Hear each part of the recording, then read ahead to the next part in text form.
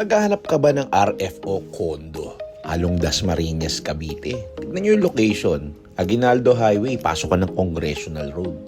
Alam naman natin maraming development sa lugar na to. At ito yung tinatawag na University Belt of Dasmariñas, Cavite.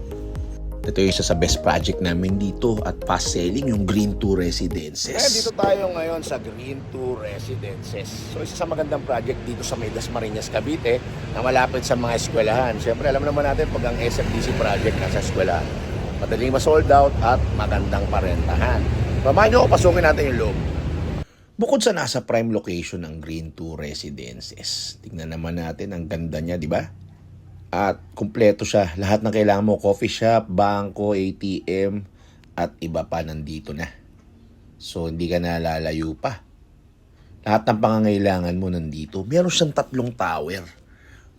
Pasukin natin tong isang tower, Tower 3. Lobby pa lang. Hotel style na, di ba? Bawat tower may mga big lobby. At pati sa second floor, meron pa silang tambayan kung mabibitin ka ron. Ito maluwag, oh. Ang ganda. Kahit sa amenity area, meron din siyang lobby. Ayan. Meron din siyang parang picnic area, oh. Tambayan din. At syempre, ito yung pinakagusto. Swimming pool, pang relax. Ayan yung kiddie pool. At ito naman yung lap pool. Syempre, mga most ng renter dito, estudyante. Kaya talagang mag-i-enjoy kompleto halos lahat sa kanila.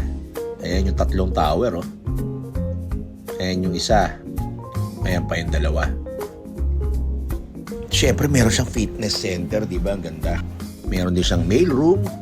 Ayan yung special din na study room. So, para meron kang privacy. Diyan ka mag-aral. At ito isang lobby. Pero pasukin natin, siyempre, yung sample na typical unit. Yung studio unit. Sinasabi nilang maliit. Oo. 18 square meter. Pero, ang dami. Bakit sold out? Kasi sakto lang naman siya for pwedeng staycation rent or rental ng mga estudyante. Ginagawa ng iba double deck. Habol talaga nila dito is yung location. Pero tignan mo naman, di ba? Pwede mo gawing double deck yan. Medyo maliit lang space niya kasi malaki itong lamesang nilagay.